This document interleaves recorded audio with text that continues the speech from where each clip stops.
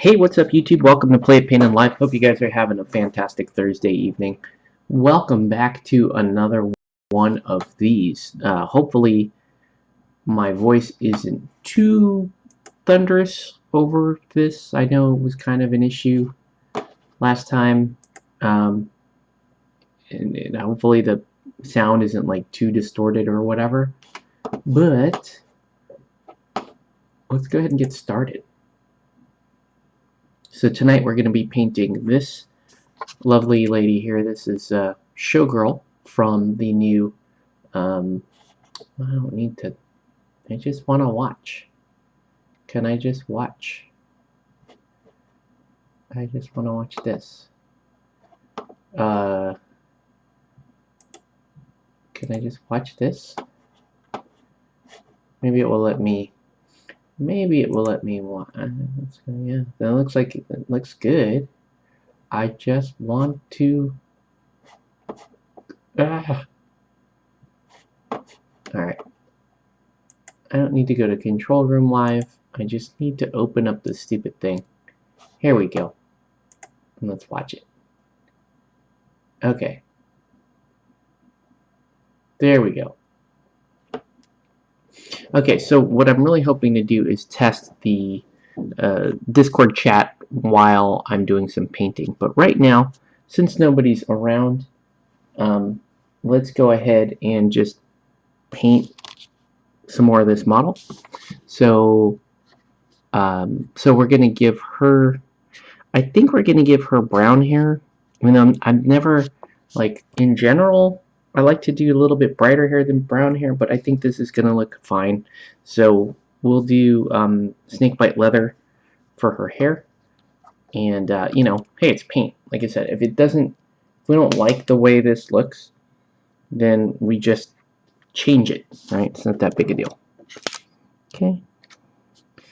So a little bit of snakebite leather. I'm going to apply this fairly thin and kind of build the color up as needed. All right. So if you're just joining us, let us know what you're painting or what you should be painting. If you're watching this on record, well, thank you for watching something that I streamed in the past. I sincerely hope you get something from watching me in the past on this stream.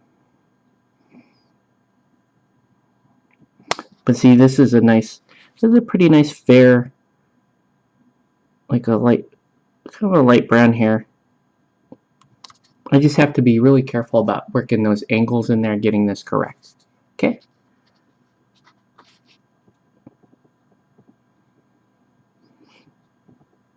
And if you're going to hop in the chat, go ahead and say hi, and I'm going to invite you to join the Discord so that you can talk to me and we can see if your voice shows up on air.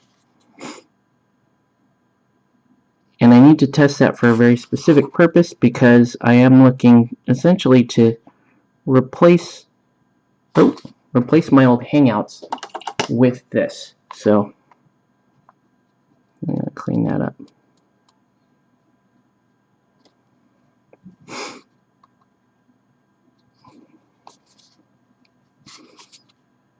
And you can see the Showgirl's hair coming in, and it looks quite nice if you ask me.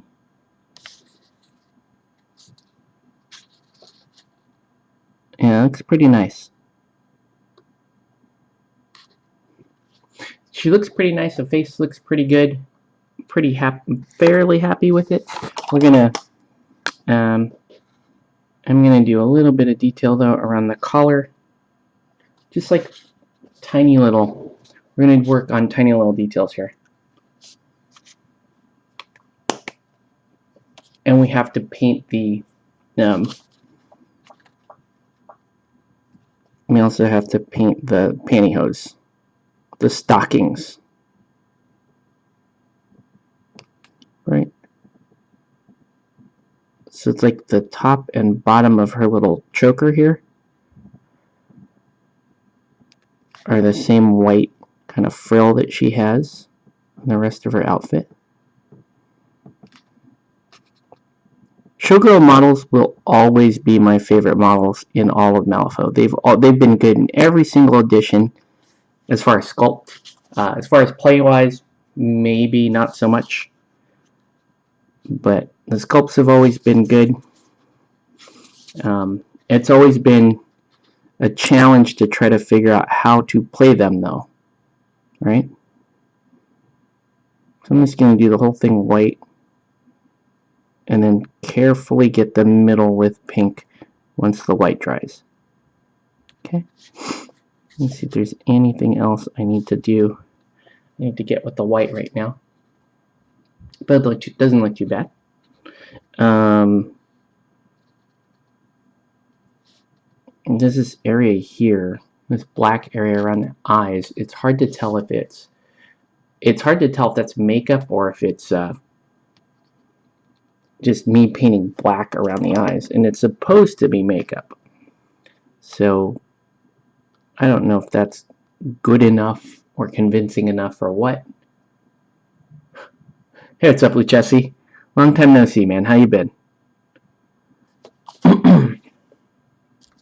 Chokers are the best thing ever invented. There's a story there. I'm not sure if I want to know the story. Actually, I probably do want to know the story. I do want to know the story, but my initial reaction was like, well, alright. Yeah, I hope you're doing well. Thanks for tuning in. Tonight, I figured I'd turn on the camera a little bit and for a little bit, do a little bit of painting. And what I really want to do is I want to test the voiceover that what I'm trying to do, because Google Hangouts is now dead, and I have to broadcast through XSplit once again. I'll leave my there. You can see my little thing. And I still want to have like guests on the painting show on the live stream. So I'm trying to see if Mark is around or if anybody else who is willing to jump into the Discord voiceover if they're interested. If you're interested in jumping in the Discord voiceover, you are more than welcome to. I can try to send. I think you're on my Discord server, right? So I think you could just jump into the on-air voiceover portion and test and see if it works. But in the meantime, let's continue painting this lady here. She's so fun. This is earlier than my normal streams. Okay, yeah, no worries, man. This is generally a little bit early. I'm starting a little bit earlier tonight. I've changed my gaming night, so I will be able to stream more on Thursday nights now. I'm not sure if it's going to regularly be earlier. I don't think so, but we'll do what we can. Okay, so I have to do these stockings. All right, and I've never used Discord. Okay, well then I don't remember who was on my Discord then. So we're going to work on these stockings, and the trick here is you don't actually paint them skin color. Now, in the past, when I did stockings, I would paint them a deep skin tone, and then actually, I'm sorry, I would paint them like a black gray and highlight up towards a true flesh color. Like I would highlight up towards a deep skin tone when I used to do this before glazing, before contrast paints. But with contrast paints, I think we're going to have a different procedure here. And I guess, I don't know if I should test it on another model or if I should just go for it. Normally, I just go for it. I think I'm just going to go for it. If it doesn't work, then we're okay. Anyway, so we're going to do some skeleton horde, and we're going to paint the entirety of the stockings, including the straps, including all the bands and stuff that go around it. we're going to paint the whole thing in Skeleton Horde. Okay? And we're just going to paint it like you normally would paint Skeleton Horde. Just get the entire area, let the contrast paint do what it does. And I guess if you were doing white stockings, this would probably work, but I'm trying to do black stockings. So this is kind of a different procedure for me, and in fact I will tell you this is really an experiment right now to see if this works. So we're going to paint the whole thing. So what have you been up to? You doing video gaming? Have you done any miniature gaming? I don't think so. I don't think you've done miniature gaming since like you used to hang out with me back in the day. But if I'm wrong, that's kind of awesome. Like if you're out playing miniature games, that's dope. Okay. So you can see we're just gonna do that whole thing like that, and we're gonna give that some time to dry.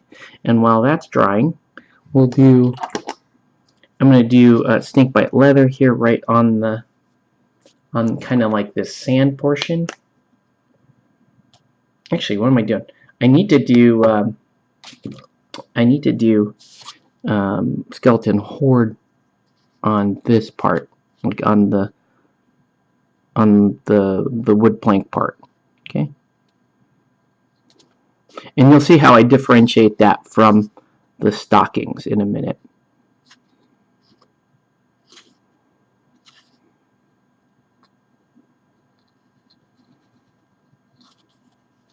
Okay, but you know, I'm in between commissions at the moment, so just painting. I figured I would paint and build for fun tonight for me, and then I'll and then once that's done, we'll get back into commissions. Yeah, been seeing. Yeah, Malifaux 3rd edition, man. It's got me. Chief, the spirits have got me. I got the bug pretty bad. It's a good game. It's a very good game. I'm really enjoying it. I'm very interested in seeing how much legs it really has. You know, it's still a question mark to me. As much as I love the game right now, and I swear by it, and I feel like everybody should be out and playing it right now, I still, in the back of my mind, I'm still questioning, like, is this hype really what M3 it really is, or are we all just sort of lying to ourselves? We haven't found the broken stuff in M3, and I know there's broken stuff in M3. There's broken stuff. We just haven't found it yet. But the question is going to be, if and when we do find the broken stuff, how are we going to be resilient to it? Is Weird going to be able to adjust for stuff like that? Yeah. Did I infect Albert? Who's Albert? I don't know who Albert is. Did you infect Albert? Or, did you mean Andrew? If you meant Andrew, yeah, he's local, like, to me. We play all the time. So yes, I taught Andrew how to play Malifaux, and now he's covering it on his channel as well. Let me see if I can get Mark or Sean or somebody to hop in.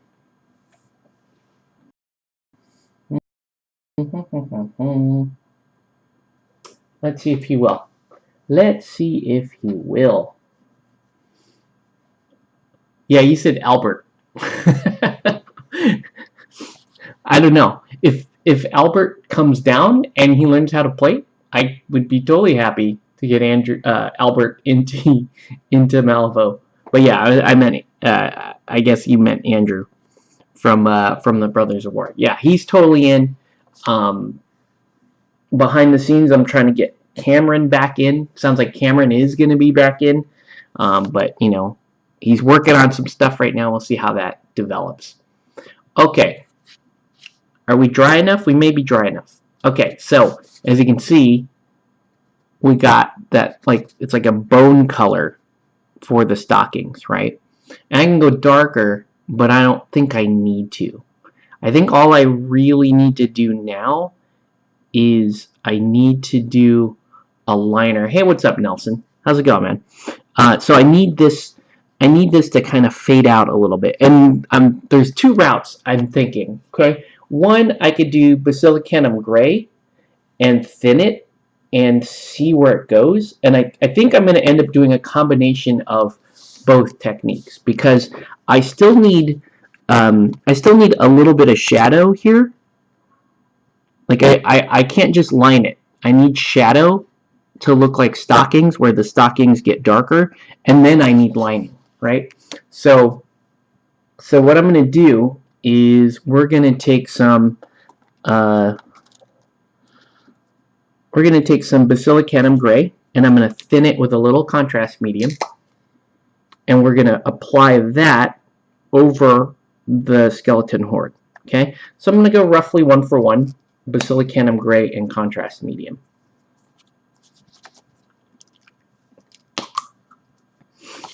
I hope this works because this is such a great model. Malifaux, man, they always had me with regards to painting. Like, these are the most fun models I can paint, in my opinion. Like, I don't have any more fun painting anything. And, you know, I can say that about any game system. Guild Ball, Aristea, any of those. Arena Rex, even. As good as Arena Rex miniatures are. Nothing was ever as fun to paint for me as Malifaux was. Malifaux was always sort of just great as far as painting. Okay, so this might be a little over thinned, but it's working. You just have to be very deliberate about where it's going to go. And it doesn't look dark enough. It's getting there though, right? I would rather creep up on the color I want than, you know, go too dark and then miss the whole boat entirely. So I'm gonna be okay with this for now. Oh, it's very important not to let this pool at the top. You can let it pool at the bottom. So brush it all down when you're brushing it. That's a good kind of general advice for contrast paints. Is brush down. Like, don't let stuff pool. Even though they tell you to let stuff pool. I don't think it's a good look. I would rather just treat this like a super high-end glaze. Okay, that's not bad. We're going to have to let that. So now we're going to have to just let these dry for a little bit before we continue. And I'm going to add a little bit more Basilicanum Gray to this mix. If I can find it. I mean, I could just get desperate and add black, but Basilicanum Gray is good enough for me. There's the thinning medium.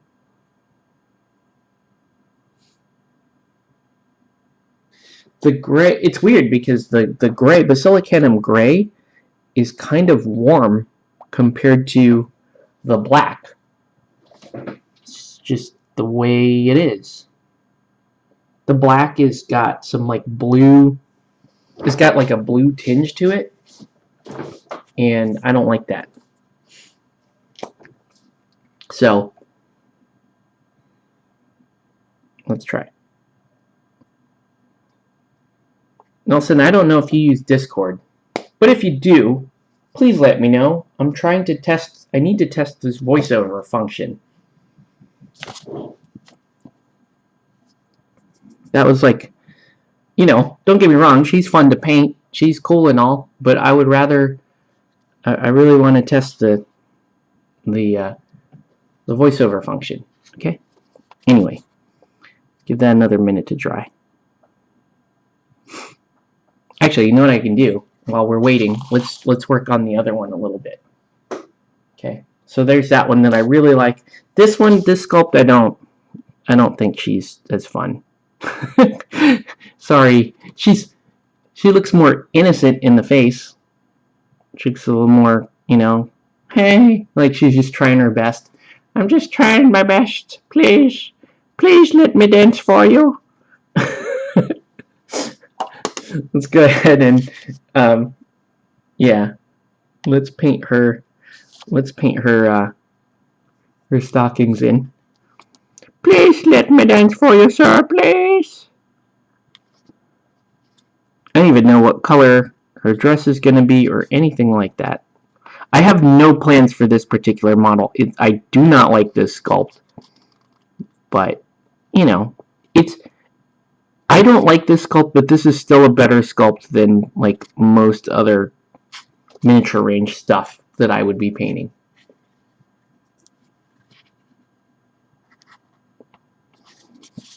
Which is sad.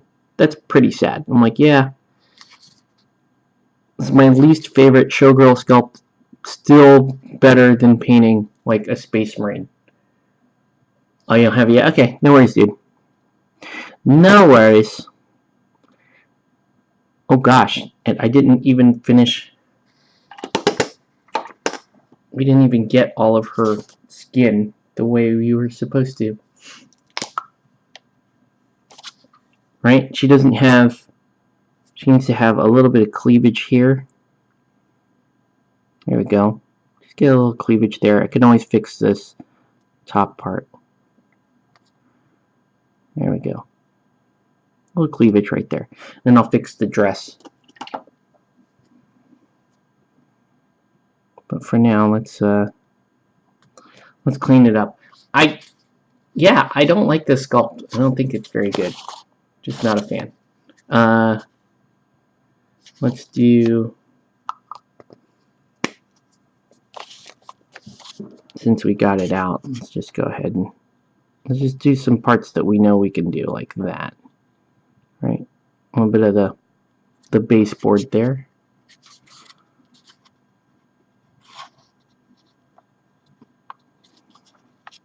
The floorboards, I should say. What are you guys working on? People in my chat, people tuning in. Let us know what you're painting or what you should be painting. Tonight we're painting some Showgirls. We're just painting Showgirls. I don't know. This one is probably not going to get done because I can't figure out. I don't know. She don't. I guess I'd put her in a blue dress. Let's put her in a blue dress and see if I like it. I don't know. Well, we're gonna let her dry for a minute. We're working on her. We're working on her with, you know, I'm playing favorites. This is one I like. I think this one is a lot cuter. We're down with her. Okay. So, it's actually not bad. It's starting to look more like pantyhose. So we're going to do a second layer of that basilicanum gray, this time with a little bit more gray in it. Okay? And we're just going to let it do what it do.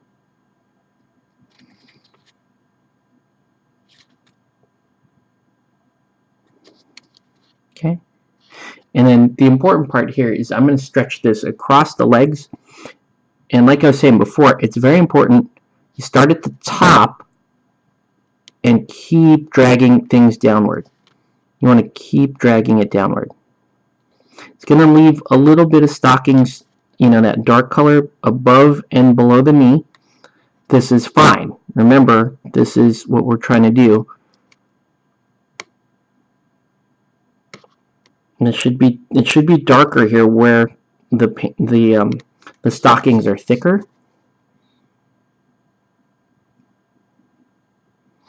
I know I was brushing up there, but I can't really effectively brush that one down. So I'll brush these down to there. you can see, that's starting to look more like pantyhose.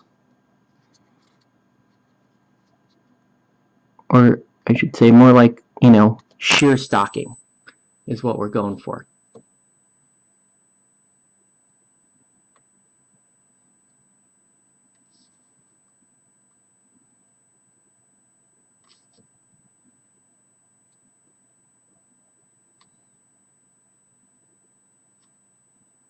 I'm just kind of letting that contrast deposit where it wants to deposit, and then just pushing it down a little bit.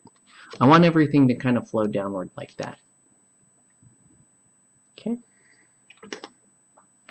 It's looking pretty good. And then I'm gonna kind of move some of it off, right?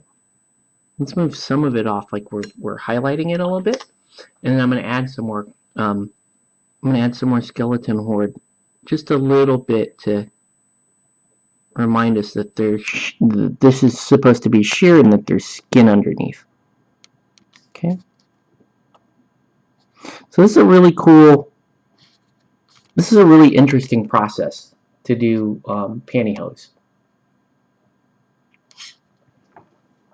And it was like one of the things that when I first started playing Malifaux and painting Malifaux, it was like the hardest thing for me to figure out. Is, you know, you would see the box art of Colette and that kind of stuff, and you're like, how the hell did they do those pantyhose? Like, how do they make them look gray and skin colored at the same time, and how do they make it look like there's really light bouncing off there, and doing stuff, right? Super hard. The other thing I'm going to do while that's drying is I want these feathers here to kind of be like peacock feathers, like Colette has. So let's do that. Right. So I'm just gonna put in some of that that turquoise here.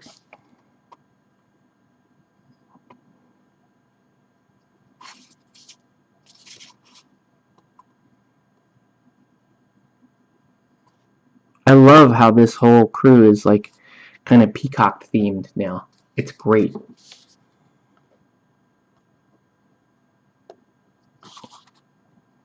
It's just such a really, really nice aesthetic for showgirls.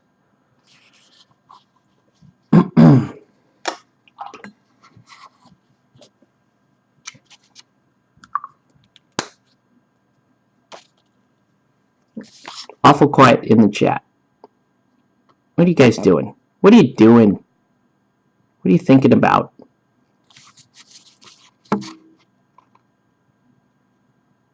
Is everyone just... Maybe everybody's trying to paint eyes at the same time. And I know how difficult that can be, to try to just paint eyes.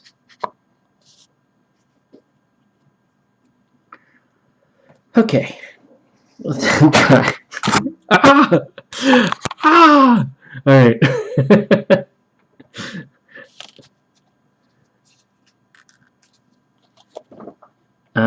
So the stockings are almost dry enough for us to do the next layer on.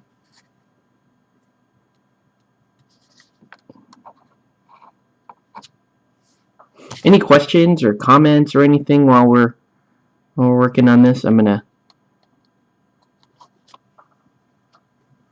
just add a little bit of shade to right here. Because why not? Just a little bit. Right, make it look a little dingy. Make the floorboards look just a little dingy. I don't want them to look like the pantyhose, don't get me wrong. But we're going to make them look a little dingy. Right? Like a little bit of grade wood.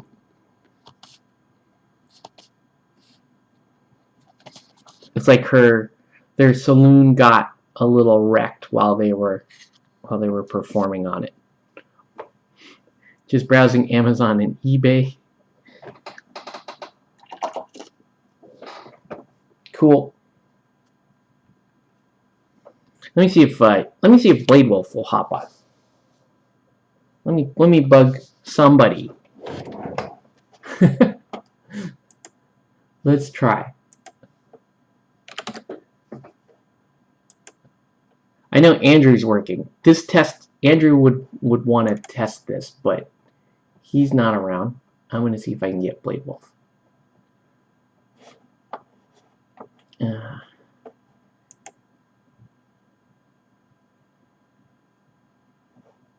Okay. Let's just take a long time to open up a chat window. Can you help me check Discord? I typed all that in and my computer screen is still at can you help me check? There we go. Let's try this.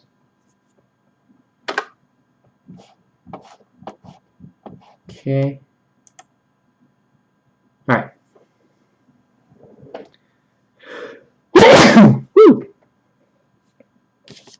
Alright.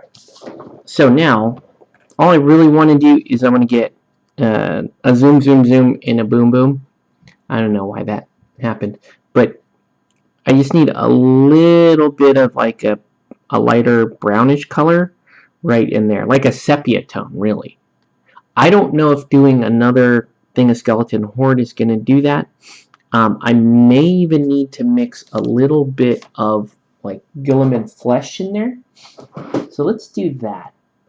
I think I want to have just a hint of red. Maybe dark. No, not Dark Oath. Dark Oath doesn't have enough red in it. Gilliman has the actual like ruddy red skin color that we're trying to hit here.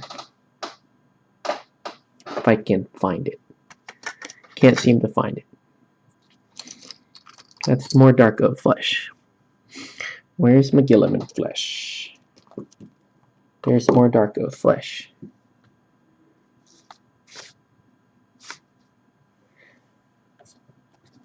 Alright, there's some Gilliman flesh. So I'm going to add a little bit of Gilliman flesh to this snake, to the Skeleton Horde. Like, not quite 1 for 1. Just enough. Can we drop? Whoa! May have been too much. Let's try it. Let's try it though. Okay. And I'm just gonna concentrate it down here. Right, there we go. It's actually kind of nice. That's actually a pretty nice color. Yeah. Maybe a little too much red, but it looks great. Stockings look good. And they're still like very dark on the top, which is cool. And then they come down to this like red brown color. That, to me, that looks pretty convincing as far as stockings go. Like that looks like we got it. Like we got the effect we were hoping for.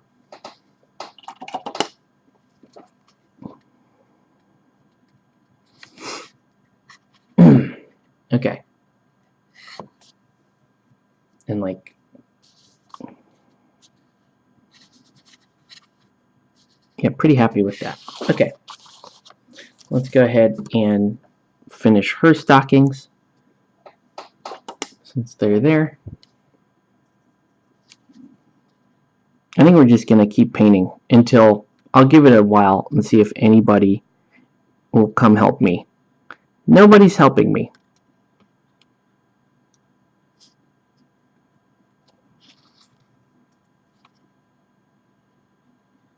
Or I might just get bored and turn this off. I'm like rendering another video, but that video won't be out until next week. It's essentially the next part in the, you know, the gaming with Yvonne stuff that I've been doing on my channel, which was super fun to film. But holy shit, man, those 40K players, they are so loud. They're really obnoxious. If you guys thought I hated GW before, I would actually have to say that it's probably one of the reasons why I don't like them. They're like the local GW fans are just some of the most, we'll say, not fun people. They're just not fun. They're super cringe. They scream at each other in that room, and it just drives me crazy. You do not need to talk that loud. I know I might be coming in a little loud on this microphone here, but holy shit, man. Nobody, if you're 3 feet from somebody, you don't need to be yelling in your like full outdoor voice, like you were yelling across a field, right? You're not sending out smoke signals or anything like that.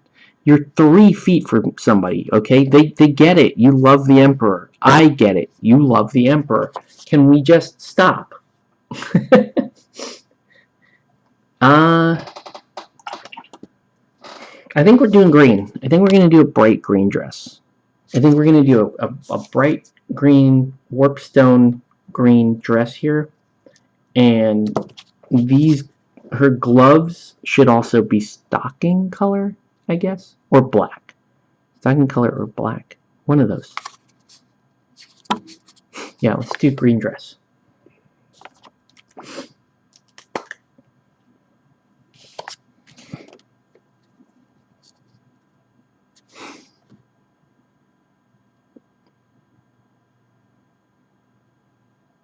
This particular model, like I said though, I'm just not feeling her. She doesn't get me the way the other models in this set do. Her pose is just weird. I get it. She's doing some sort of bow.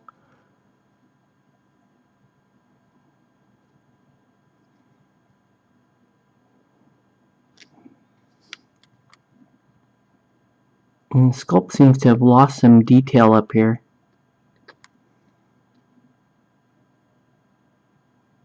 Which is going to happen on some of these models. Sometimes you just lose a little detail. Because the detail is really sharp. So you gotta watch it. If you paint or you prime too thick, you'll lose detail, and it'll just look a little odd. Just a plastic nub on her skin.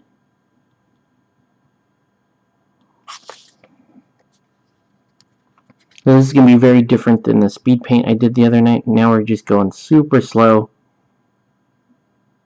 Just kind of feeling our way around these minis.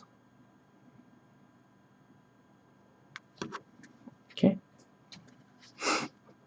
And I feel like I'm doing something wrong here with this sculpt. I think maybe the panty here was supposed to be a different color. I don't know. It doesn't bother me. Like, should be all right. Let's just yeah, let's get this dress underway. This is quite a dress here. Oops. Sometimes you put too much on your brush. So I'm just gonna do that.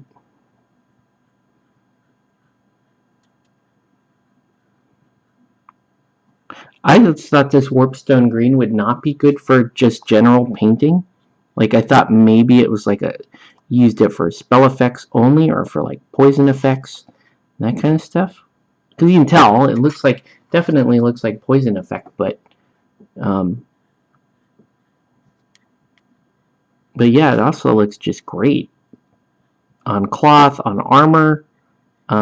This is turning out to be one of my more favored contrast paints, is this warpstone green. It's just a great color. It's nice and intense. You know, as a contrast paint, it does what you want it to do, right? It settles settles very well, allows you to cover areas very quickly, and as long as you did the proper job undercoating, this thing is going to reward you for that. Okay.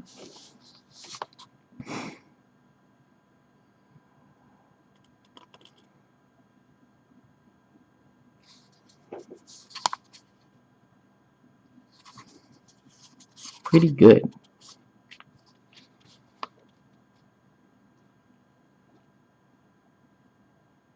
I don't know what the complementary color is going to be. On the back, maybe red. Like maybe that bow is red, and then the peacock thing black. And the gloves, her gloves should also probably be black. Let's go like that. And we'll make the bows in her hair red. She'll just be like the Christmas edition of these showgirls. Alright, I'm gonna paint the straps here green.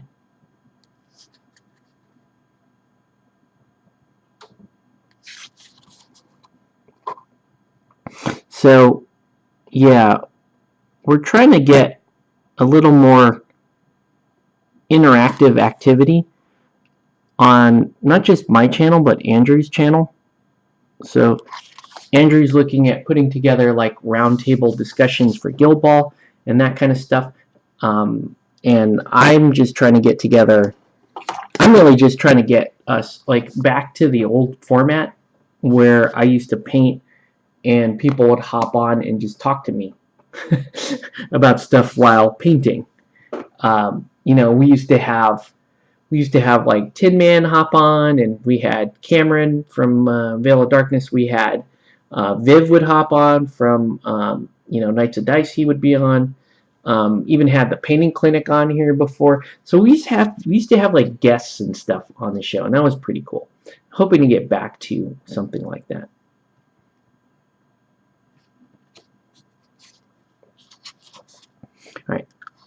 All right, just gonna keep painting for a little bit.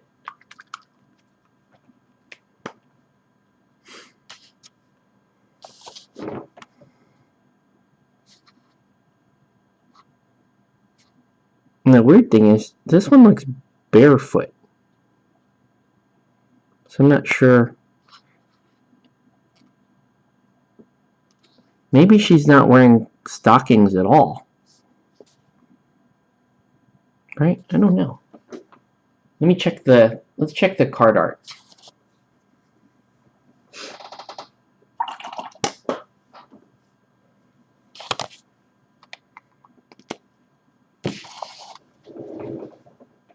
It's like super non-interactive chat today. Oh, interesting. No. Yeah, she's not wearing stockings. Whoops. Okay. Well, time to start over on that bad boy. Okay. Oopsie. You're not even wearing shoes.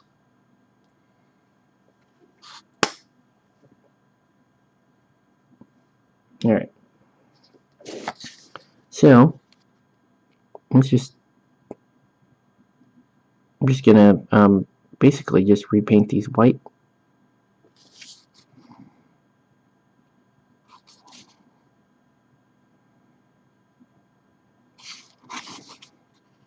And the problem here is going to be that this white is not going to dry evenly. So these legs are going to look a little weird. And there isn't a great way of preventing that. Just try to, the only thing I can do is to try to get this this white paint on as evenly as I can, so that I can handle the skin tones when those go down. Also, I am painting with white, and that's going to obviously let the skin tone dry to a much lighter shade, which is, once again, going to be less forgiving. But it is what it is. We're going to let her dry.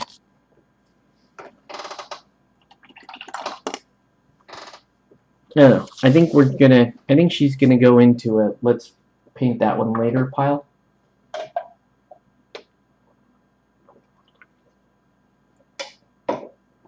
And we're gonna build. Okay, so let me do one more painting thing here, and then we're gonna build a metal golem. Okay.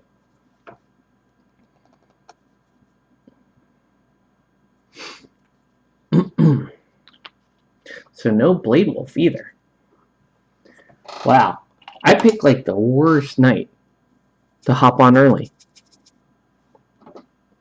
I mean, I like that you guys are here listening, but yeah, the actual main function here was to try to test my Discord audio. So if I don't have people who are on the Discord to come test the audio, this is not going to work, is it? I'll just call the stream.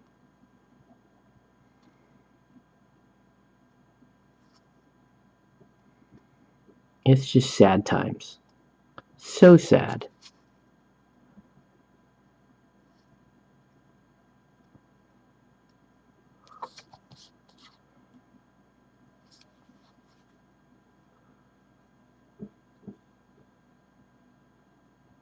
Because, yeah, I'll just call it and go to bed early. Like a human being. Oops.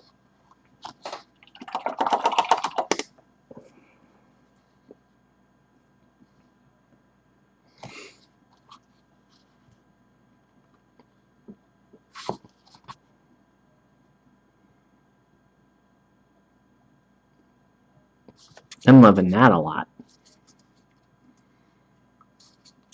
That's the good news. At least this model is super, super fun to paint.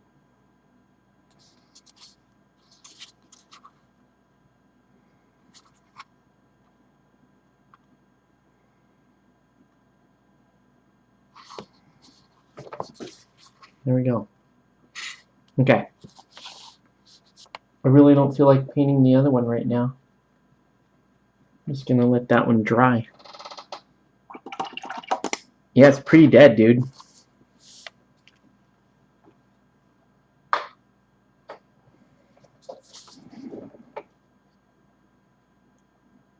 Yeah, that's gotta dry. Let's let that dry. Let's build. We might as well. Let us build a metal golem, formerly known as the rail golem. Okay, let's put the wood pellet away.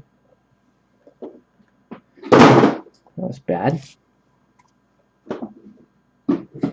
Don't commit suicide. Okay.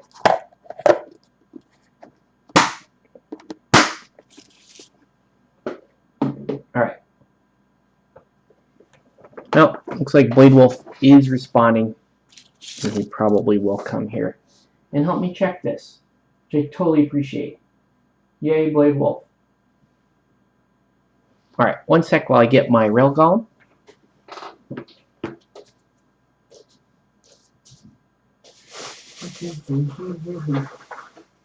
This is a super old kit. Okay, this is Malifaux 1.5 packaging, and you can see that it was called a rail golem. It's now called a metal golem, and we're gonna build one. Let's build one.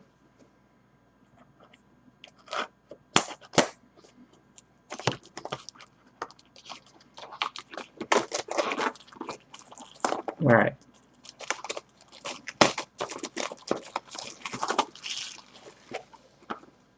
So packaging. Okay. So it comes in 2 sprues. There's that sprue and this sprue. This looks like a fairly easy kit to build. We're gonna stamp the base real quick. Let's do that first. Let's stamp the base, and then we'll get to it. All right.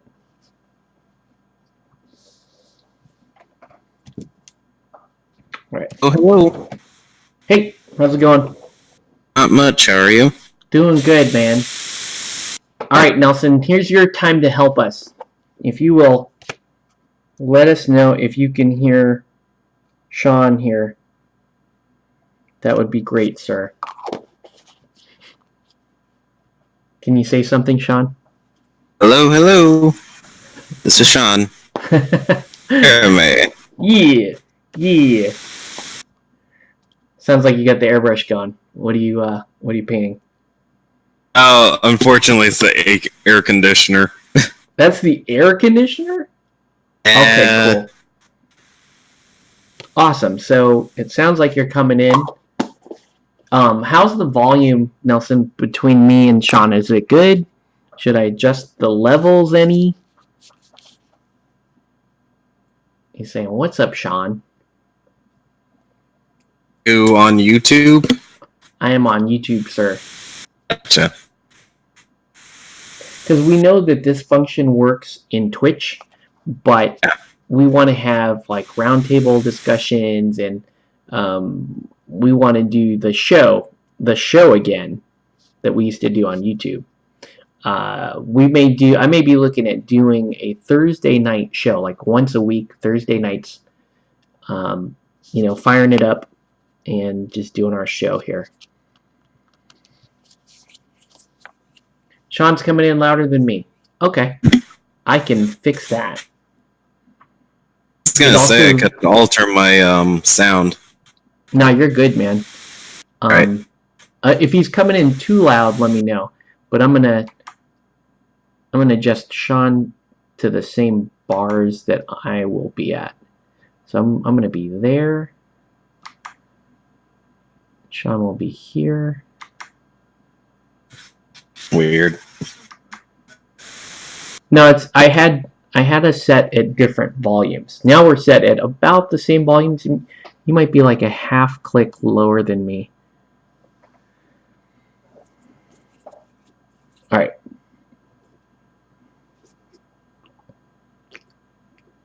It's actually kind of good that you are coming in a little bit louder than me. Okay.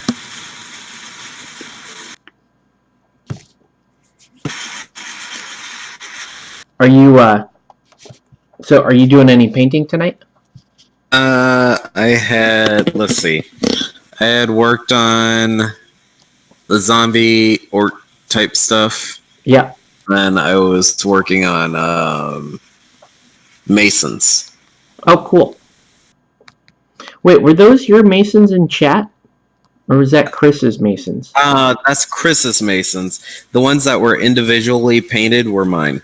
Oh, cool. Okay. Why did I screw this up? There's like way too much on here. Hold on. Oops. However, I will be right back. Yep. So I'm going to take like that much out. And I'm going to roll this all back up. That's the good news about putty. So if you mix it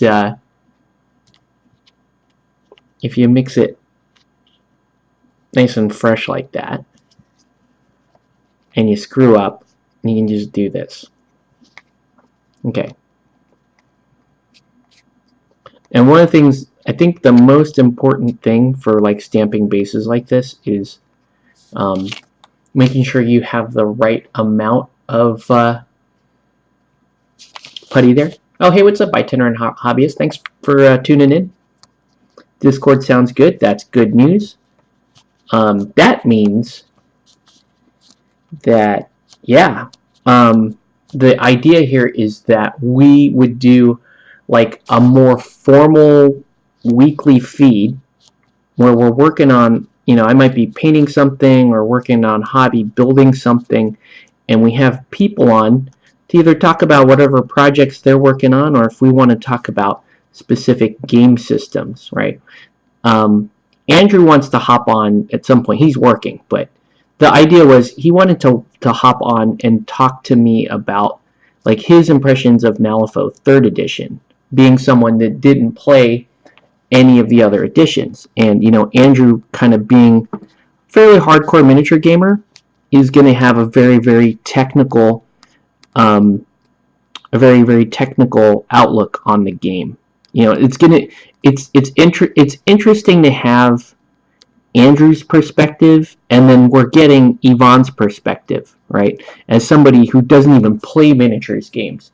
That series, I am so excited about the footage that I shot with Yvonne this week, because it is so good. Like her whole outlook on the game, and her whole perspective on painting miniatures and playing games like Malifaux is just so completely different.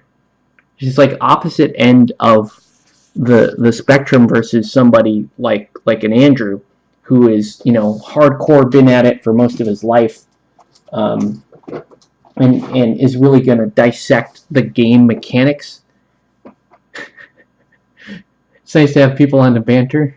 It does, man. I'm amazing at I am super tired of me. I don't know about you guys, but I am super tired of me. No, it's not up. I'll tell you what, it's on my phone right now, but it's so good. Like, this is the second interview that I shot with her, and the first interview was really, really good, and it really broke my heart that I had a mic accident and was not able to pick up the first interview.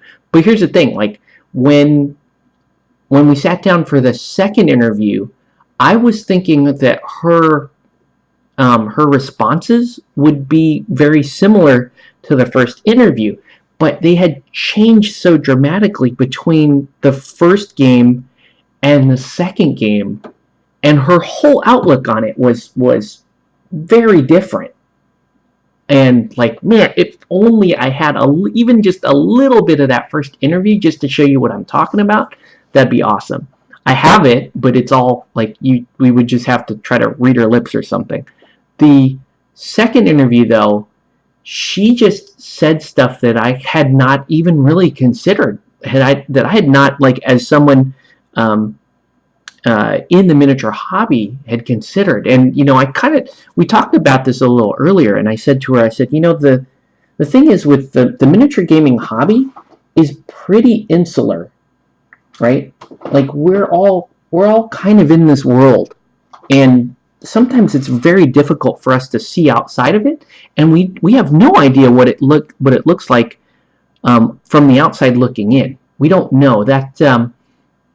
We don't have that perspective, and she's giving us that perspective, and that has just been awesome, right? That has just been worth every penny, as far as I'm concerned.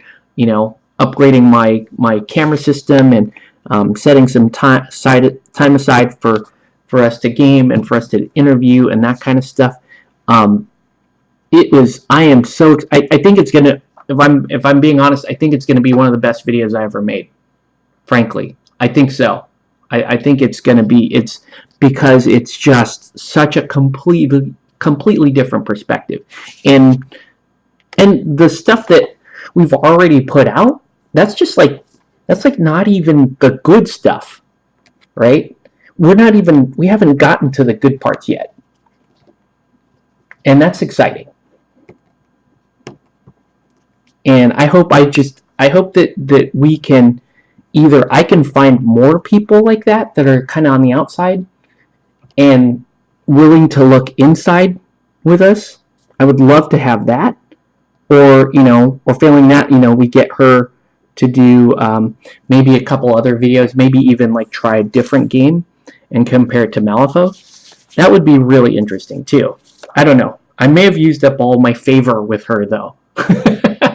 Just getting all this stuff done. I'm sure she's burned out for a little bit, but I have 2 more videos to release worth of footage with her, which is fantastic. Okay, so that's going to dry, and let's start building this thing. So I don't have instructions in front of me. Could you just subtitle? No, because it's completely mute. It's like a 15-minute interview, and it's completely mute. Like, I would have to basically just paraphrase everything that she said. But as good as the first interview was, I wasn't really surprised by her answers. I wasn't really surprised by her perspectives on things. It's the second interview, and I'm so glad that I was able to get it. The second interview perspectives are really good. Like, I think that wargamers in general should watch the second interview. Wargamers that have any interest in, it for a long time, it's like the wargamer dream, and even for a short time, it was my dream to, like, oh, let's get our wives to play. Let's get our normie friends to play miniature games with us, right? That's always the dream. It's like, oh man, I wish I could wargame with my wife. I wish I could wargame with my girlfriend, or whatever. And some of us get to do that, and for those of us that get to do that, that's fantastic. Kudos to you. Good job. It's great that you and your partner have a compatibility there. For me, that's not the case, and it's something that I had to make peace with several years ago, and it's something my wife and I had to make peace with, and just understand that she is going to support me no matter what. And she's even going to go to Gen Con and dress up like Colette and help promote stuff for me. She's going to do stuff like that. But I could never get her to, like, sit down and, like, really play and understand a game of Malifaux with me, right? Could never get her to do that. And you know what? That's great. It's fine, because you have everything else in your life as touch points. You have we're raising children together. We have our house and our future and everything else that we have to do together. This is my hobby. It's a passion of mine.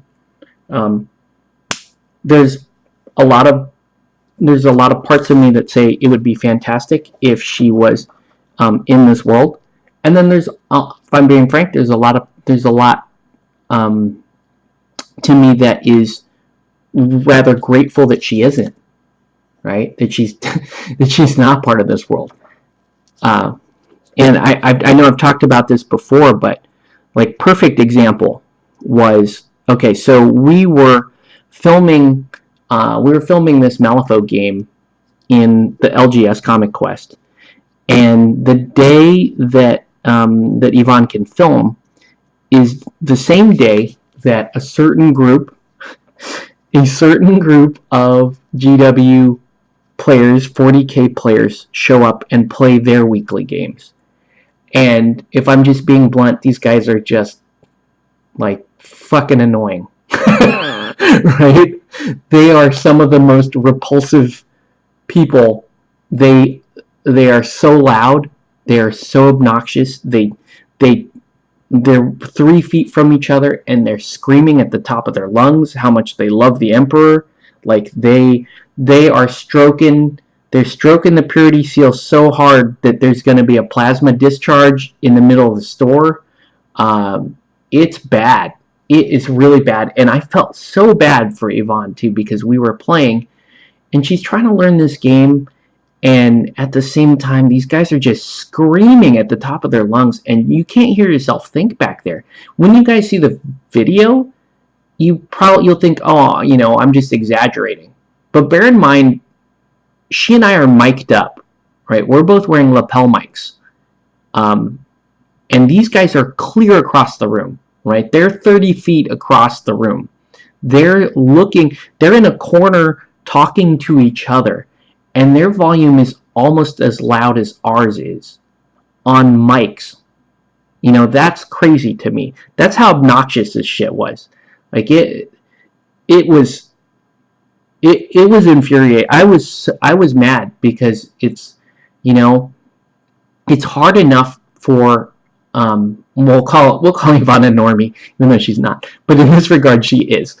We'll call her a normie, like, trying to learn such a, like, deep miniature game like Malifaux. Like, Malifaux's like the deep end of the pool, right? It's not like Warcry.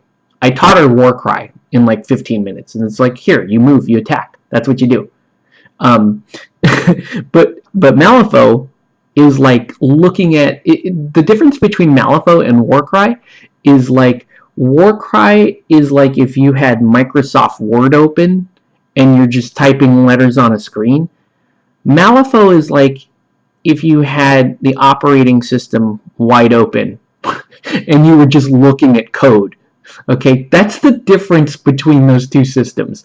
Malifaux lets you alter code. Okay, Warcry lets you type letters on a screen. Anyway, trying to learn a miniatures game like that with that level of distraction, people screaming in your ear, I just felt bad. I'm like, I wouldn't want to play in that. I don't want to play in that. I don't want to learn in that. It made me feel terrible. Like something needs to happen here. I don't know. I may go. I guess what I may do is just like talk to the owner and say, look, this isn't about me filming. This is about making that back area hospitable to people. So can we? And I'm sure he would support this 1,000%. Like, can we just enforce some sort of please don't scream at the top of your lungs, how much you love the Emperor rule? Can we just do that? And I think we would be in a lot better shape. Anyway, but thankfully, the footage that we did get is fantastic. It's fantastic. I think it's really, she's just such a sport, like really good interview subject, and she was just such a champ, like to be willing to do this. Like that's a lot of time if you think about it, right? That's a lot of time out of your schedule. This isn't your hobby, but you're gonna go, learn a deep game like Malifaux, and then do a series of interviews afterwards. Pretty awesome, I gotta say. Like I can't be grateful enough to her for doing that. I would love to do that too. I would love to do that for like a couple of other people, right? Just grab a couple other normies and go, here, let's play this game, and just look at like, because I want to be objective about perhaps a decibel fine. Yeah, no kidding, right? Like walk around the room with a little decimeter. Go, look, you're over 120 decibels. That's a motorcycle engine, you ass.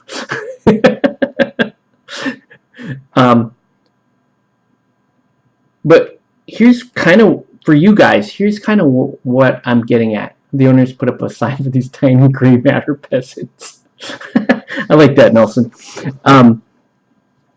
What I'm getting at is, and I think Nelson, even you can kind of speak to this too, because you play a lot of miniature games, but you didn't dive deep into Malifaux. Like we played a couple of short games together, but you understand like what an intense game Malifaux can be.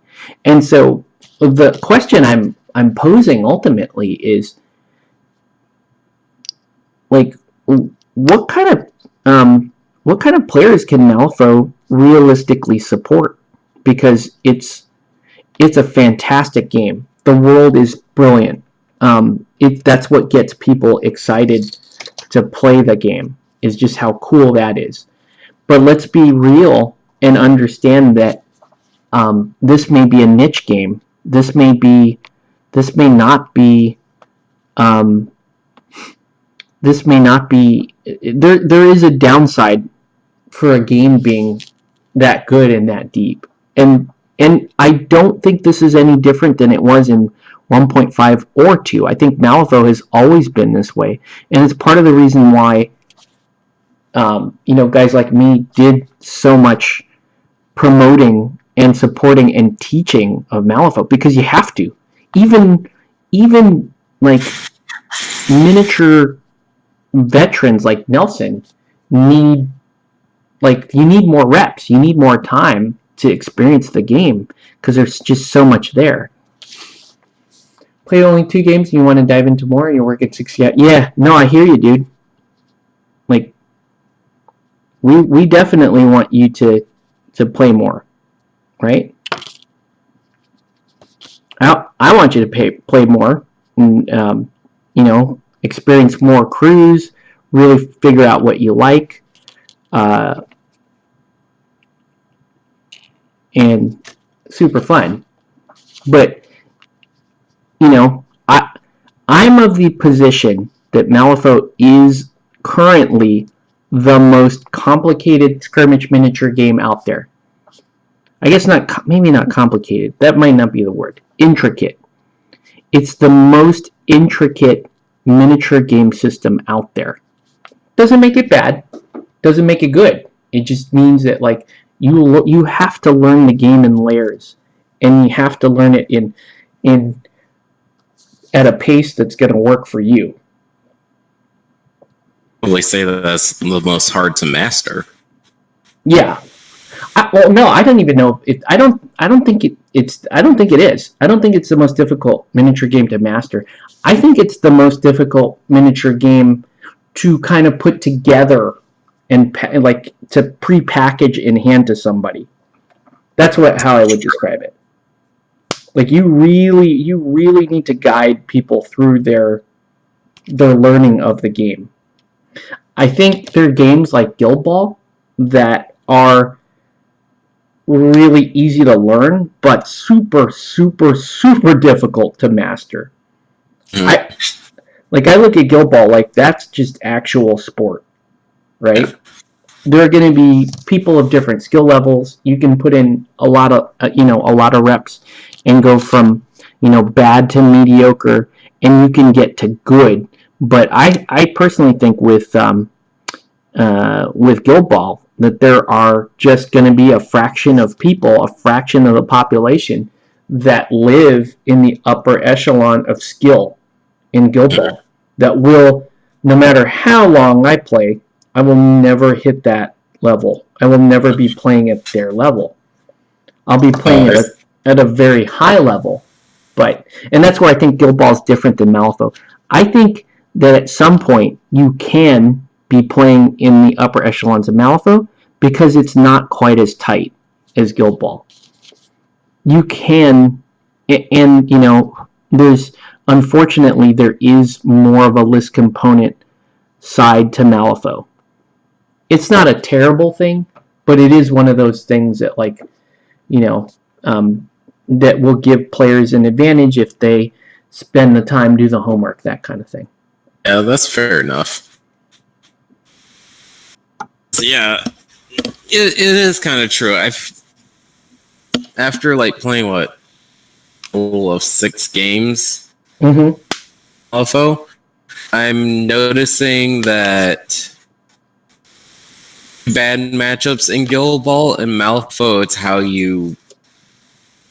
what your schemes are and what you're choosing in order to do and all that. Yeah. I feel like in Malifaux you can actually be across the table from somebody who has built a hard counter against you, and you can still win that game. And the reason why I think you can still win that game is because, and I've been telling people this a lot recently, I'm of the opinion that what wins you games in Malifaux is really just basic movement and basic AP economics. That's all it really comes down to, because the moves that win you the game in Malifaux are move and interact. Move and interact. Sometimes kill, sometimes attack, but mostly it's move and interact. And your crew is built to do way more than just move and interact. No matter what crew we're talking about. All crews are built to do really, really fancy, elaborate things. But those fancy, elaborate things will help you only as far as interfacing with the other player most of the time.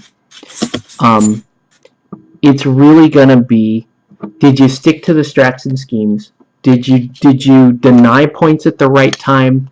Did you score points at the right time? Did you pick the right schemes to go for? And did you build your crew to do those schemes and help prevent your opponent from scoring? That is not respective of, did you play Molly, right? Did you play Rasputina? It's not respective of that. The question is, did you just do it?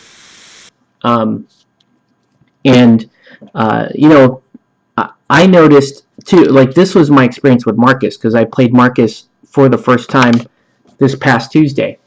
And the first game I played with Marcus, I was like, oh God, mutations are so good. I'm gonna throw out like 6 mutations on the first turn. And that's exactly what I did. I threw out 6. Well, I failed it. I think I only threw out 5, but 4 or 5 maybe. But I threw out a bunch of mutations on the first turn. I did the Kojo throw on the first turn. I did all the fancy stuff that you're supposed to do, and I still had trash cards, and I get that. But I got trounced hard. Like, I got beat down really bad, like really hard, because I was just doing all fancy stuff. I'm like, oh, this crew can do this. And your first time out of the gate with a crew, you're kind of like trying to play them based on your perception of the crew. But all of that is just sort of, like, it's almost like window dressing for the core of the game. Malifaux proves that you can have this like crazy elaborate game, but if you're not making good fundamental decisions, you can't win your game. You're just going to get thumped. So that's what happened in the first game. Second game, I played it a little more, I'd say a lot more conservatively. And like, oh, I'm just going to take away points here. I'm going to score points here. Stop worrying about doing all my special fancy stuff. And I just went down to like, let's just play good fundamental basketball, right? let's just play pick and roll like the San Antonio Spurs. Let's just do that, right? Even though like I've got like the 2001 Sacramento Kings. You know what I mean? Like, I got like C-Web and White Chocolate Jason Williams. Like, I have that team, but let's just buckle down, play some pick and roll. You know what I'm saying? And I won the game. I won that game because I'm just doing basic stuff. Yeah, I'm still trying to find my stride with Rasputina and her group, because it's like, you sit back and, keep fights through and all that type of stuff. Yeah. Those weird situations where scamming go down and you're like, okay, it's no big deal. It makes a nice filler. Yeah. See another ice scamming go down. Oh, it's no big deal. It's a nice filler. Minding yourself, wait, I needed that ice scamming around in order to kill whoever I'm like, putting a hit out on. Oh no, wait, this is not what I want. This is not fundamental basketball. A lot of the time it's, you're saying protect the queen, but yet at the same time you're realizing, wait, I need to protect some of my dudes, otherwise, land based in, then I lose due to like me not paying attention to certain things. Yeah. I think that's the thing about this game where I'm kind of impressed about, from like going all out and saying, okay, I could do this combo and everything will be fine. They'll be down one player. That's cool. And it's like, wait, I need still out on the field. Yeah. So what's my best advantage of either playing like hide and seek in different areas? Do I like try to snipe out one person, keep going in order to like, basically mission? Yeah. Jason Williams was underrated. I agree, Nelson. I love my man. I love White Chocolate, man. He's the best. White Chocolate and Allen Iverson were like my favorite point guards to watch over the years. But anyway, no, I totally hear what you're saying. Like, one thing I would say, where I think a lot of people get wrong about Malifaux is, and I think this is true of Rasputina, because all of us played so many of us played Rasputina in previous editions, and it was like, oh, she's just walking artillery. Just walk up and collect your masks and shoot the shit out of everything that gets in front of you. I don't think you should really play, even, like Rasputina, even Guild. I don't think you should play that way if you're trying to actually win games. I think you need to be very deliberate about your targets, and you ultimately need to only kill what's necessary to win the game. I don't think you should look at, I'm going to table a guy. I'm just going to table a guy. I think that's just going to get you. You're going to lose a lot of games with that mentality. I think it's more along the lines of, with Rasputina, I pick these schemes, therefore these models need to die. Yeah. And I'm going to focus them down. I'm going to collect my masks. I'm going to set up my ice pillars, and I'm going to kill stuff. But it's all going to be around that. It's all going to be around that idea that certain things, specific things, need to die. Not everything. And figuring out who needs to die is the trick. Because I couldn't tell you. I don't know who needs to die. It's so hard because with her, you start noticing that certain characters, certain groups and certain of like particular hitmen on the team. The guy with the long rifle or the long shot that obviously you're saying to yourself, oh man, I have to hide in a corner like one of my characters the chance in order to actually deliver, for example, deliver a message or even make it visit side of the board in order to go for to have like two different characters on either side of the board. Oh, outflank. Yeah, outflank. Yeah. Hard for Rasputina. Outflank can be hard for Rasputina because a lot of your in-keyword minions are slow. But you take a drill and a blessed, and you've got it. The drill almost hands you outflank. If you have access to the drill. I know you don't actually have a drill. But that thing is so good. It's like, oh yeah, outflank, yeah. I'll get out when I pick outflank and I have a soulstone miner on my team. The only question is, at what turn do I want to reveal that I have it? And ideally, it's like turn 4. So I have to pretend I'm doing some other trash to fake out my opponent. The 4 corners one. Yeah. Like I might deploy, like I might unbury further up the board than I need to be, just so he thinks that I'm doing something else. And then turn 4, I'm like, oh yeah, outflank, there you go. And then turn 4, and then by that time, he hasn't committed anything to the sides of the board. And then turn 5, you're just like, okay, yeah, score outflank again. I think that's the main reason why I probably need like lights. I mean, having the one's nice, and then having an ice dancer, but yeah, at the same time too. Well, actually, now that I'm talking about it, having an acolyte and an ice dancer isn't a bad idea. Definitely not a bad idea. Technically, park one area and then just hope that I can shoot a within range of an ice dancer in order to just jet myself over to that section. Sure. I'm thinking about it. It's not a bad idea. However, I wouldn't bank on it all the time because people see ice dancers and they start thinking, what scheme are you going for? Yeah, I need to stop her. Where's she going? Yeah, exactly. Yeah, it's a lot of... Never mind the fact that she's the easiest one on your team to kill. Yes.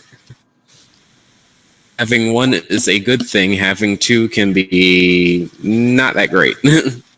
I still really love the idea of having on your team of hiring Angelica, even paying the tax, so that she can move the ice dancers out of activation.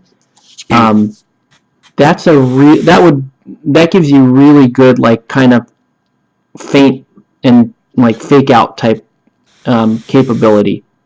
Yeah, this is true. Two-handed rifle hold, but it's with a steel beam. Why? Why? There we go. Another thing about weird miniatures, I don't know who was the person in like the studio that was like, gonna put these in such weird chopped up fashions and put them on sprues and hope that everyone figures out how to put them together. Well, they have the what's it called?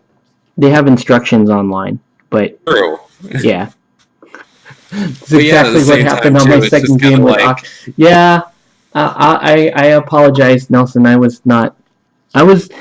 you want the truth there, sir, what I was really doing was I was like, I'm going to teach, I got greedy. I was like, I'm going to teach Nelson the game, and I'm going to do a bunch of R&D on my Colette crew. Because, to be fair, I'm also just relearning the game. Mm-hmm. So I'm like, oh, let's try a bunch of like R&D stuff with Colette. And sometimes R&D stuff works really, really well. Be true. 2 games in, I don't mind Rasputin being slow. I just wish any slow ability from ice effects would be better. Oh, the ability to hand out slow. Yeah, that would be really cool. If you can hand out slow. I agree. I think that's always the reason why I've terrible thing to do, but then again, I know my type of play style. Having at least 4 soul stones on myself is probably the best way to go with Rasputina. I think she needs 6, personally. She needs 6? I think she needs 6. If I was playing Rasputina, I would still feel sort of naked with 6. Oh, that's fair. Just because, and I'm not saying I'm right, because I haven't even played Rasputina this edition. But back when I used to play Rasputina, it's like, how many turns is this game going to be? 6? And 5? Well, I need 2 more in addition to the turns. So I need 7 soul stones. But that was with the idea that I'm going to be casting, December's Curse and paying for my onslaught trigger every single time I shoot it. That's probably not as realistic in this edition. I still think you need 6, because I think you're going to need 4 for those times when you really do need to focus something down with December's Curse. But then the other 2 are for either cards or for defense. That's how I see Rasputina.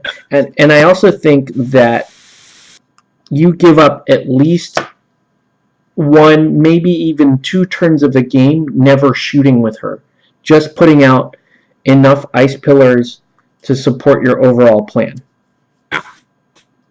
And so your opponent may not they may not feel much pressure from you in the first turn of the game, maybe even the first 2 turns of the game. But if you have the ice pillars where you want them, and you have enough board control out, then I think when time comes for you to focus somebody down, it's going to be so much easier. It makes it so that Rasputina, unlike so many other crews, Rasputina can actually hit, the people she wants to hit. I really like this idea that if you can get if you can line up shots on Yan Lo in the first 2 turns and then burn him down on the 3rd turn, like, you can wreck Yan Lo, which I think Yan Lo is one of the best masters in the game right now. So the fact that Rasputina can get around traditional line of sight issues and traditional screening issues with her ice pillars, I think that's where she's really strong.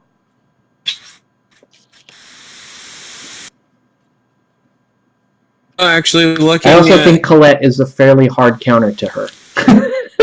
Yeah, that's true. Out Angelica to me. What? She does seem pretty useful. Using Angelica? Super good. Angelica, I think, is one of the best out of keyword hires in all of Arcanists.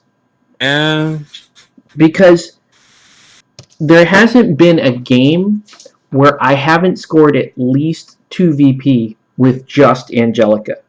That's how good she is.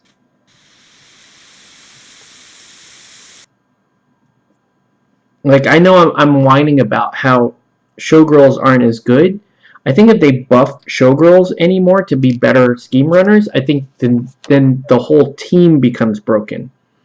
So they need to give Showgirls something else to do that's not really directly scheme related.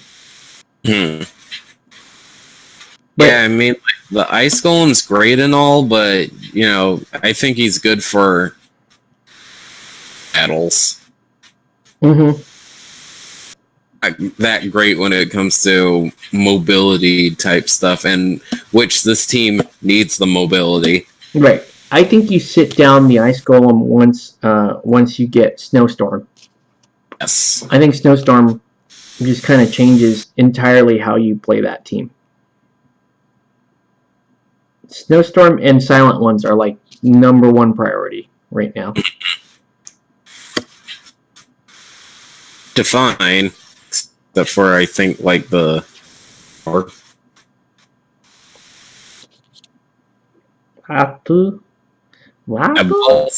Blessed of December and Silent Ones are hard to find right now on just like regular stores. They're packaging them in a new box set that comes with. I think Snowstorm now comes with the new Rasputina box. Really? But the Blessed comes in a box of like other stuff. I think it's a Blessed and I don't remember what else is in there. Probably Silent Ones? Forget. Fully so. Yeah.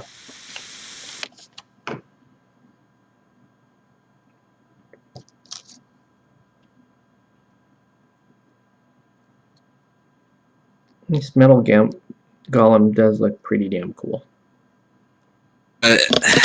From what I'm gathering so far, based on the game, just playing Rasputina, you know, the 6 times, I'm realizing that, if anything, I should have at least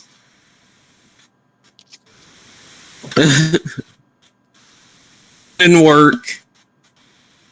Can't bank on them to do everything that needs to be done. Yeah. You know, MVP for like my last game was the December Acolyte. Yes. As at least, you know, he's there in order to stop people from, you know, finishing up certain, especially that drag ability that he has. Behind enemy lines, and then he drags people back from like delivering dynamite or something like that. He's a good piece to have. Sure. December Acolytes, I mean, like the Ice Dancers. Their job, which was to go deliver a message and then die. I can't be mad at her. Plus, that butterfly jump ability that she has is so good.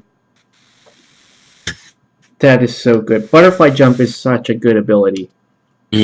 I wish Showgirls had butterfly jump. I'm surprised that they don't. They might be broken though. That might be broken. Because I would basically just have like a bunch of Tau. True. They just distract, and then as soon as you attack back, we jump back. Mm-hmm.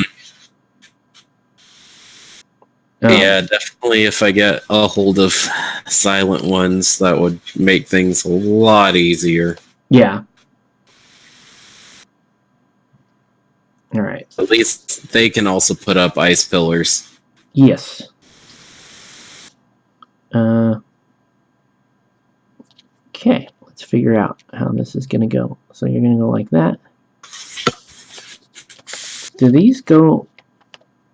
Where do these go? We should probably look at that box. Where do those little things go? Take a look at my boy Seamus. Oh, those things... That's a smokestack. I gotcha. Seamus and his crazy debacle. Yeah, Seamus is pretty dope. I'm looking forward to facing more masters. I think that's one thing, like me and Kevin were talking about. Like, it's super fun to play each other and play like our weekly games, that kind of thing. But we're waiting for like more people to bring more masters, right? Yeah. We want to see a variety of opponents on the board. Mm-hmm. Definitely helps, especially and all that type of stuff. Right. On top of it, too, it's like still kind of refreshing to like see a different master on the field. Yeah. You're never like playing the same thing over and over again. Mm-hmm. I will tell you right now, Yoku is so oppressive to play against. Oh, really? Oh my gosh. That is so oppressive to play against.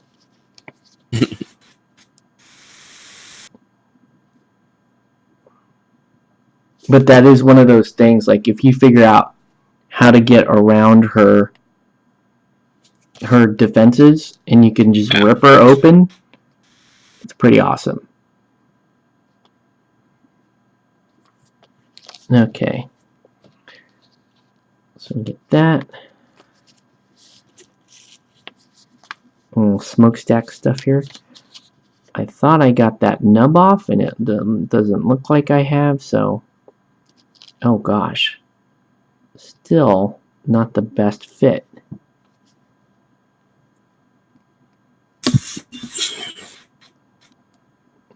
Come on, man. There we go. The one thing that I'm gonna be kind of excited about when I try out Seamus is for people's markers. Corpse markers? Yeah. Because I know that the morning? Or the morn? Yeah, the mourner? Yeah. Apparently they're always affected by corpse markers that are left behind by opponents' stuff. Oh, okay. Cool. If I'm remembering that correctly. I think they have something called...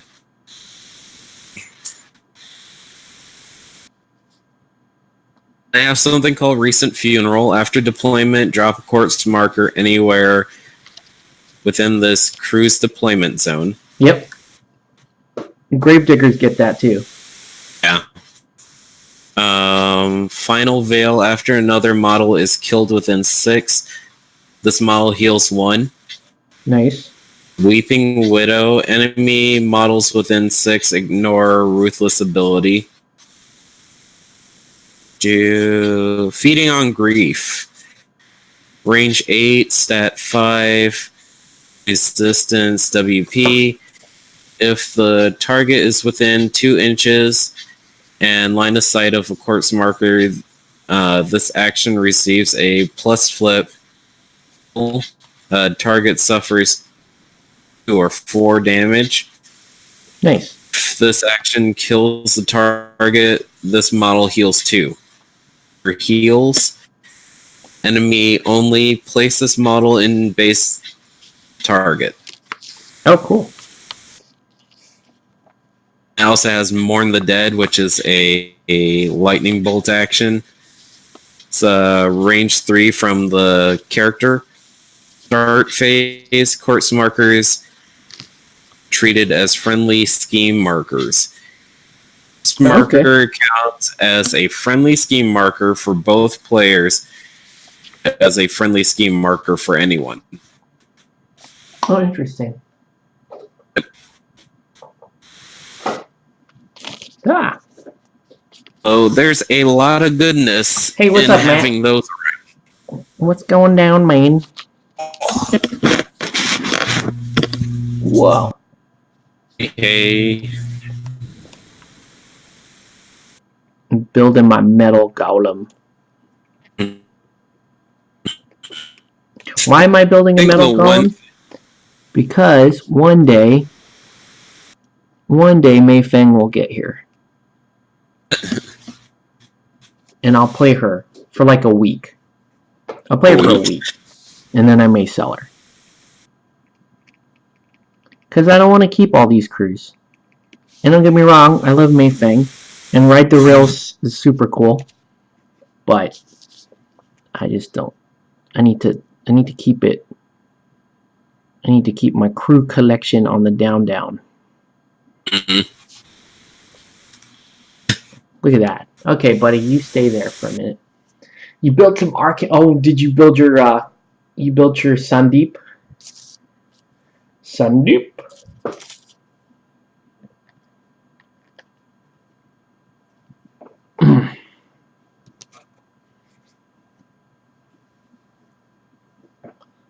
Yep.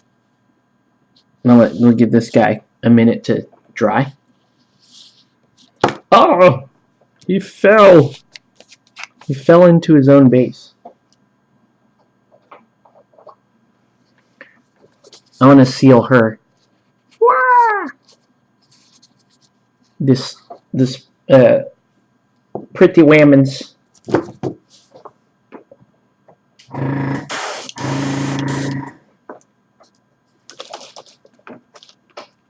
I always like the oh, you got the Rasputina box. Nice. For the gammons. Nice.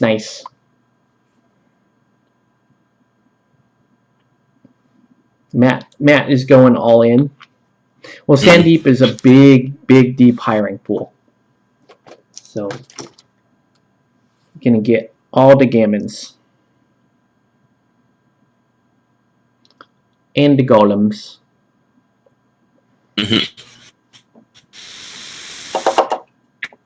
And golems. Alright.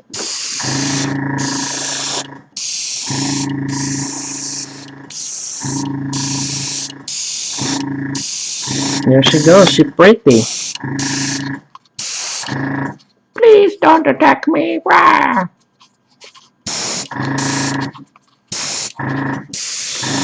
I want to get really good with showgirls. Because I think they're trash. I do. I think they're terrible. I think they're terrible minions. But I think I'm wrong. I think there's a way to play... I think there's a way to play showgirls that doesn't use a Corfi duet and can really, really wreck when it needs to. But I only mean wreck as in like win games. I think ideally with a showgirls crew, you kill 1 or at the most 2 models on the opponent's side. You kill like your 2, and it's just enough to contain everybody else on their crew that's trying to kill you, and then you're good. But I need to learn how to use these ones.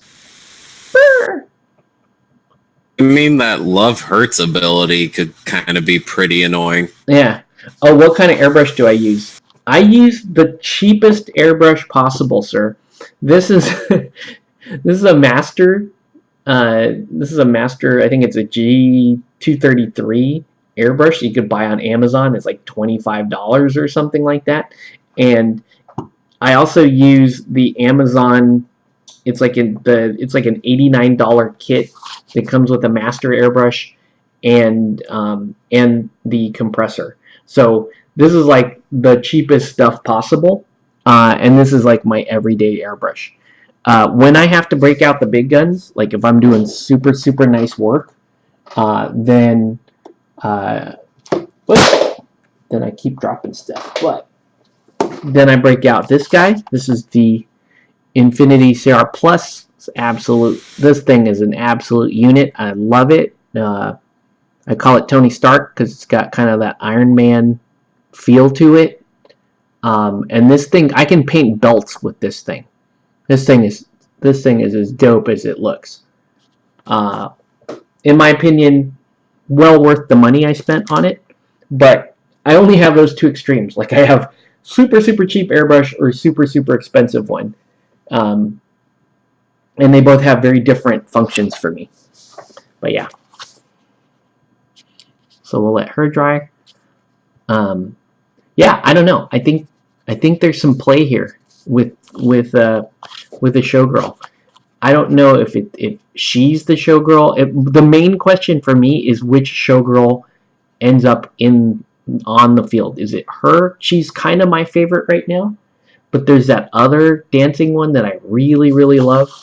This one here, if I'm being a little shallow, she's she's not quite where the other girls are at.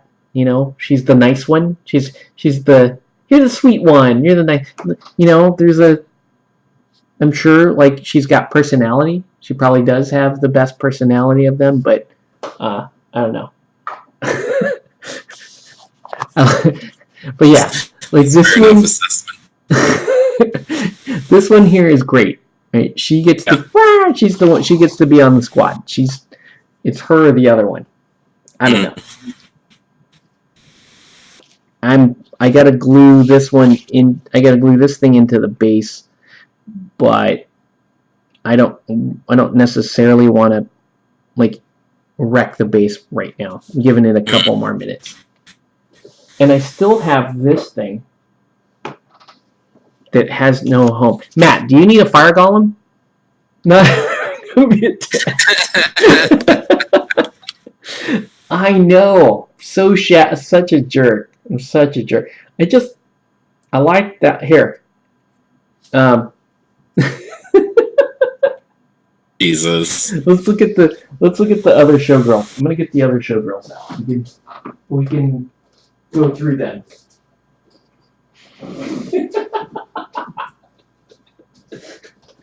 Oh man.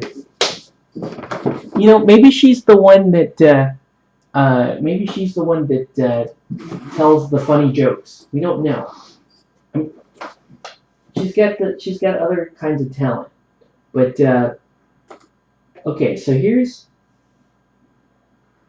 some of the showgirls of the M2E set. You have this one who, like mine, unfortunately, she had a little cigarette here.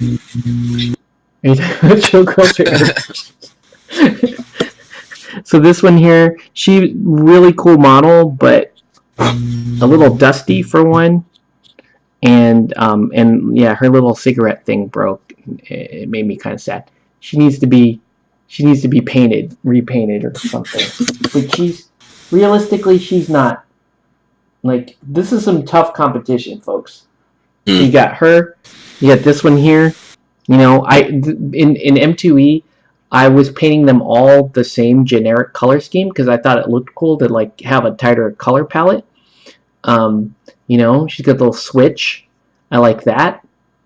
Her like this like headdress thing she has on is okay. She looks a little mean. And actually, that's kind of my favorite thing about her. She looks a little strict, right? Kind of like that. She's cool. but she's probably not going to be on the squad either. Do I have anybody else? I think there was a third generic one. Well, maybe not. Okay. This one here is the limited edition Showgirl, and she's great. I absolutely love her. She can be on the squad anytime she wants. She's got the great, like, you can tell she got talent. She knows what she's doing. She's doing a great job. She may get a repaint because her outfit is kind of boring, but she's great. Like, this is I used to love just running this model. Like, this was I'm probably only gonna have one Showgirl in my squad, but right now she's the incumbent, right? Like, you have to be at this level to make the squad. The new M3E ones. This one here, like, you can see, like, they upped the game, right? This one here, look at that. Look, she's got the tude. She's got some attitude to her, right? She's got the little bows and she's got the pigtails. Like, she can run a show if she needs to. Like, she can mix it up with the other girls. She ain't gonna take their S. This one is dope. Like, she could actually make it. She could be the one to be out there, right? Then, like I said, then we got her, like, totally in the running, just great. Could be the one to make it.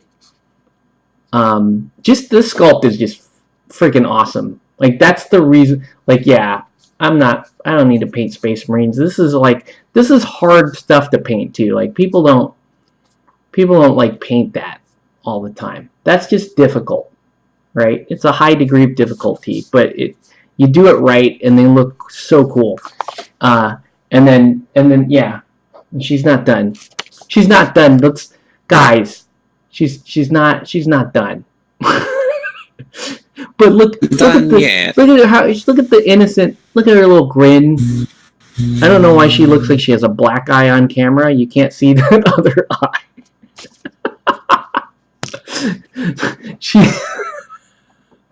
That smoky eye. She got a smoky eye.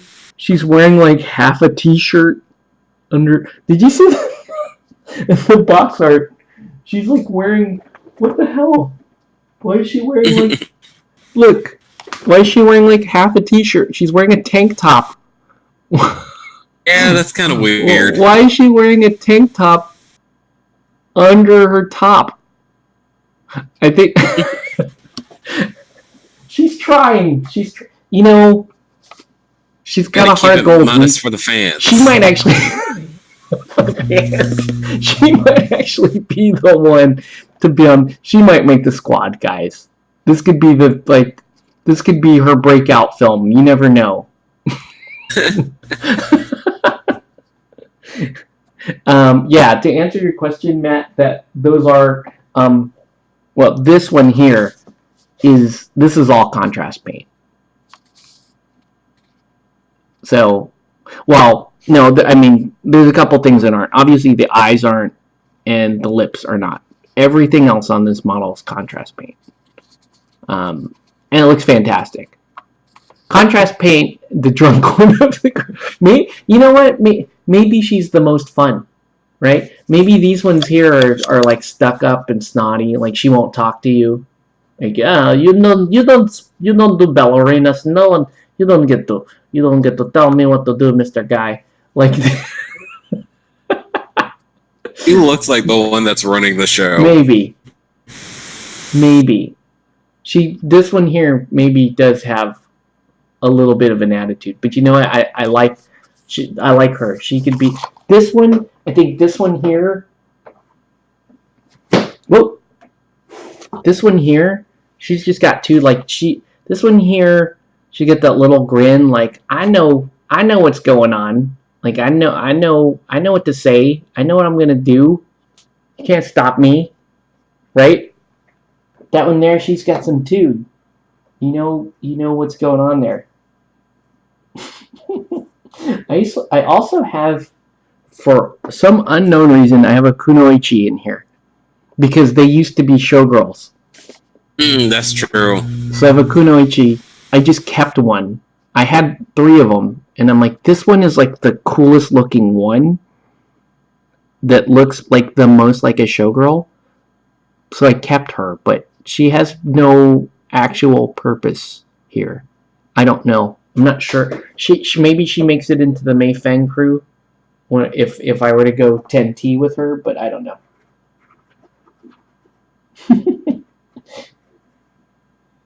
And then also, I just figured, I don't know why he's just in that same box. Skeletor, ladies and gentlemen, he's just hanging out in my Malifaux bag. Sometimes you just need Skeletor. Hey, someone let me out of my bag. He's like, wow, hey man, I got weird, like, I got old school Ramos. This guy, he's got a little too much of a tan. I don't know what the hell he's doing. There's like I got like a really old school Ramos in there. Here's the miniature that Matt has, the female Johan. She's so cool. I'm sad I can't use her anymore. You can see I have her painted on the showgirl floor and stuff because I used to run her with my showgirl crew. She's just so cool. She's so cool. I have the old miners. This guy here was dope. This old miner guy. He had the plumber crack. Oh yeah. Also awesome. That dude. And I have like some of the older, like the metal Colette. I have 2 of these metal Colettes. I used to paint like 3, 4, 5 of these Colettes just because they were fun. So I have a bunch of them. And then when I started playing M3, I went back to like a more classic black hat Colette, black jacket Colette. Super cool. So weird because like some of the newer models will prefer some of the older models to the newer models. Some of the old medals are so cool. Like I really like that old Colette, but then the new one is just dope. Yeah. Like she's just dope. Like I like she's got a little, you can see the expression on her face. Like, like I got this bitch. You can't stop me. That one versus that, like they both have personality. This one here is like, you'll never catch me, and but this one here, she's like, I'm in the middle of, I'm doing some shit, man. You see this magic coming out of my hat? Look at this. She's looking down on the other Colette. You can't stop this. This is what I do. She's great. I want to paint another one of these because I love this. Just a great sculpt. I took the regular plastic spell effect off. Didn't like that. But yeah. And then if you were to compare I have 3 different Cassandras in here. Where's the other one? Did I get rid of the other one? The other one may not even be in this box anymore. I may have got rid of her. Oh no, she's still in here. All right, good night, itinerant hobbyist. Thanks for tuning in. Okay, so the evolution of Cassandra through 3 editions of Malifaux, right? So you got the metal Cassandra, who I think was great. One of my favorite miniatures in the entire range when Malifaux first came out, right? If you go and watch like the painting clinic how he painted the original Cassandra. Like, I learned so much from that one video, like how to paint the showgirls and that kind of stuff. And she's just awesome. Just such a cool mini. Anyways, so this is her metal Cassandra in first edition, one of the best sculpts out there, right? Then you go to M2E, and I hate, like what happened? What happened? She doesn't look, in the fluff, she's supposed to be one of the most beautiful women in all of Malifaux. And I don't know, it might just be the way that this is, like, she looks fat. Like, she's got a gut right here. And her eyes are so close set together. Like, she's just like, bruh, what do you mean? Like, she's just not, right? This one, I think I messed up the face a little bit on this one, but you can see, like, she's got personality. She's got that cool, look at her cool clockwork saber. Super cool, right? So you went from this to this, and I was like, super bad. Like, gosh, Cassandra sucks. And so then you go to third, M3E, and now you got this Cassandra, who's also, like, kind of more minxy, right? She's more minxy like the edition 1 Malifaux that had, right? Just a little more sultry, a little more, like, playful than this one, the plumber one. I'm the plumber. This one here is great, and I went with the more of like a turquoise here. I don't like this. Sometimes they do that with cloaks. They have these, like, lines there, and I tried to do my best to blend that. Like, I filled it, and you can still see it. So it's annoying. Also interesting is she's not, she's more attached to the base by her dress than the little heel on her foot there. But she's cool. This one's bleh. That one's just not good. I'm gonna have to sit down. I'm gonna have to bench these other showgirls for my M3 showgirls, because I gotta make room for other stuff. Like, when Mei Fang gets here, I have to find room for other things in here. Here's, I forgot to bring out, here's M2E Colette, which has a cool hat, but also just not very interesting, right? Just not a great sculpt. She has a dumb kind of, that's supposed to be magic coming out of there. Like, that's not good, right? Anyway, I think that's enough show and tell for one night. It's a lot. Oh, well, before I even sign off, then I'm gonna glue this to this.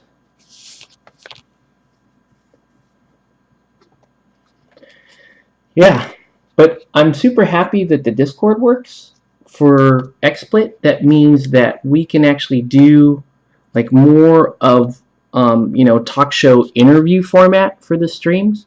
And I want to have, like, I think if we were all used to, like, Thursday nights at 9:30, we all tune in for the weekly Pipcast, we'll call it. Then I think it'll be good. Yeah, let's just glue him down like that. Right? So everyone, please set your calendars. That's the goal. We're gonna do a weekly Pipcast every Thursday night, 9:30. Okay. Metal Golem versus Fire Golem. Pretty cool. I have to. So, yeah. Anyways, that's what we're doing. I'm going to call it here. It's been fun, folks. Thanks, everybody, for tuning in. And, yeah, stay tuned for more, like, uploads. Hopefully I'll have a Guild Ball game up sometime this weekend, and then next week we'll get to watch the actual playthrough with me and Yvonne playing M3E, and then after that one uploads, then we get the interview, which is just, I think is really good. I think it's going to be such a good video. I'm really excited about it. Anyways, that's going to do it for this video. I want to thank everyone for watching. Have a good night, guys, and we'll catch you on the next one. How do you stop this thing?